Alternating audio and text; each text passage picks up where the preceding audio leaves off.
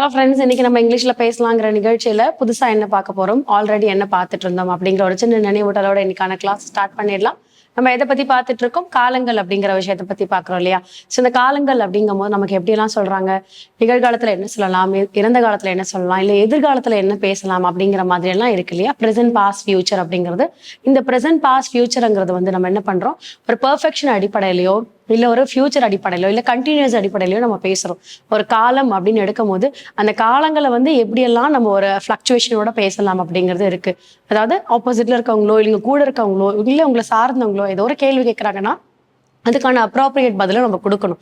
அந்த அப்ரோப்ரியேட் பதில் வந்து அவங்க என்ன காலத்துல பேசுறாங்களோ அந்த காலங்களுக்கு ஏற்ப பேசும்போது நமக்கு ஒரு சாட்டிஸ்ஃபேக்ஷன், அவங்களுக்குமே ஒரு அண்டர்ஸ்டாண்ட் ஆகும். ஸோ அதுதான் நமக்கு ஒரு ஹைலைட் ஆடுறது இல்லையா. ஸோ நம்மளுடைய பேசக்கூடிய ஃப்ளூயன்சி அப்படிங்கிறது வந்து ஒரு சரளமா வர்றதுங்கிறது இட்ஸ் செகண்டரி. பட் ஆனால் நம்ம பேசுறத கரெக்டாக பேசுறீங்க, அதுக்கப்புறம் நீங்க பேச பேச ஃப்ளூயன்சிங்கிறது ஆட்டோமேட்டிக்காக வந்துடும். ஏன்னா நிறைய பேர் வந்து நான் பேசுறேன் எனக்கு அந்த ஃப்ளூயன்சி வரல, கிராமர் மாதிரி தட்டுத்தர மாதிரி சென்டென்ஸ் மாதிரி நான் பேசுறேன் அப்படின்னு சொல்லுவாங்க. அப்படியெல்லாம் இல்லை, நீங்க பேச பேச உங்களுக்கு என்ன ஆயிடும்னா உங்களுக்கு பழக ஆரம்பிச்சிடும். ஸோ இப்படி இருக்கும்போது இந்த டென்சஸ்ல நம்ம என்ன பண்றோம், ரொம்ப ஹைலைட் ஆனது ஆக்ஷன் தான். ஏன்னா அவர் தான் அந்த வாக்கியத்தை என்ன பண்றாருங்கிறத சொல்லுவார் இல்லையா. ஸோ அப்படி இருக்கும்போது இன்னைக்கான ஆக்ஷன் என்ன, என்ன டென்ஸ், என்ன ரூல்னு பார்க்கலாம் வாங்க. இன்னைக்கான டென்ஸ் வந்து present continuous tense.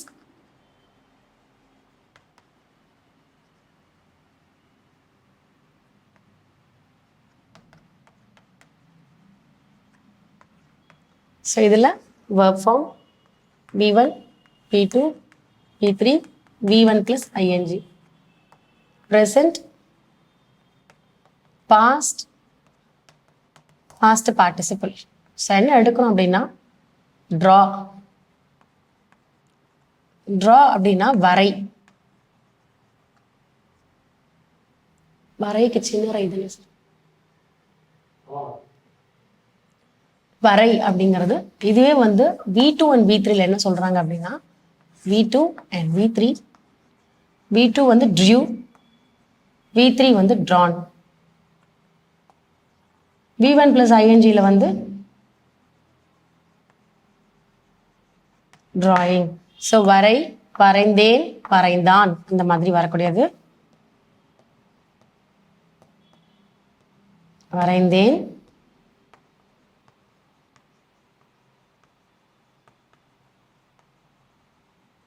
வரைந்தான். So draw, drew, drawn and then drawing அப்படிங்கிறது தான் verb form. ஒரு verb form ready. Then subject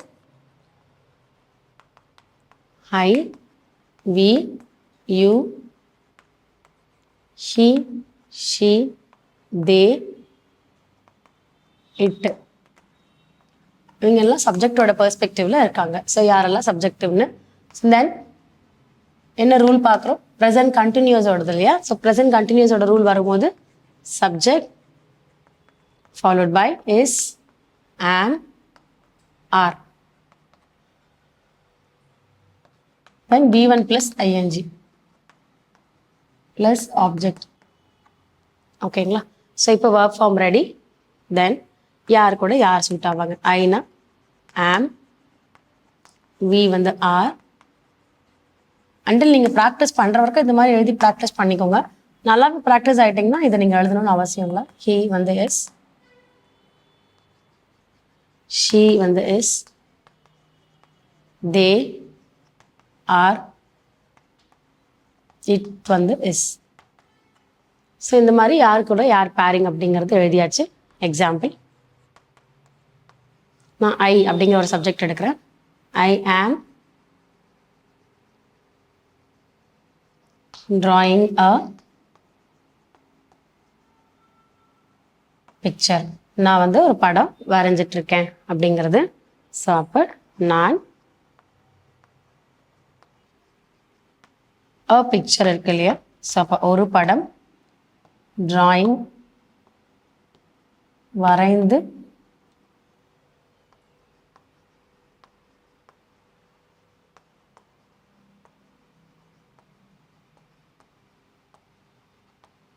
கொண்டிருக்கிறேன்.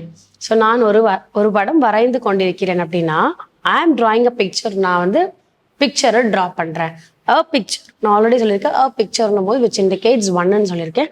அப்போ ஒரு படம் வரைந்து கொண்டிருக்கிறேன் அப்படிங்கிறது வரும். அப்போ நம்ம என்ன பேசுகிறோம் அப்படிங்கிறது தான் அதை நம்ம நடைமுறையில் நம்ம எழுதுறது. ஐம் drawing a picture அப்படிங்கிறது. இதே நீங்கள் வந்து they are drawing a picture and he is drawing a picture and you are drawing a picture அந்த மாதிரி கூட நம்ம மாற்றிக்கலாம். ஸோ ரூல்னா அந்த ரூலுக்கு அடிப்படையில் எழுதுன மாதிரி தான். இதை நீங்கள் நெகட்டிவாக எழுதலை மேம்னா தாராளமாக எழுதலாம். ஃபார் எக்ஸாம்பிள் வந்து ஐம் drawing a picture என்ன, இது ஆம்க்கு பதில் ஆம் கூட நாட்டை சேர்த்து எழுத போகிறோம். I am not drawing a picture அப்படின்னா நான் அந்த படத்தை வரையலை அப்படிங்கிறது தான். ஸோ நான் அந்த படத்தை வரைஞ்சிட்டு இல்லை அப்படின்னா அந்த படத்தை என்ன கண்டினியூஸில் தானே கேட்குறாங்க, அப்போ இல்லை அப்படிங்கிறது தான். அதை வரைஞ்சிக்கிட்டு அப்படிங்கிற மாதிரி நம்ம சொல்லணும். வரையலை அப்படின்னா நம்ம அந்த இடத்துல முடிச்ச மாதிரியோ இல்லை சொன்ன மாதிரியோ ஆகிடும். அதனால வரைஞ்சிக்கிட்டு இல்லை, கண்டினியூஸ்.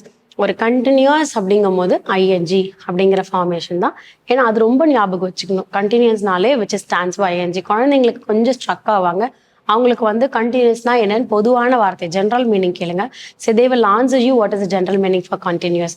பொதுவாக ஒரு விஷயம் நடந்துட்டு இருக்கிறது சொல்றது அதே தான். அது கூட நம்ம இங்கே ரூல்னு வரும்போது ஐஎன்ஜி சேர்த்து எழுதுறோம், அவ்வளோதான் நமக்கு.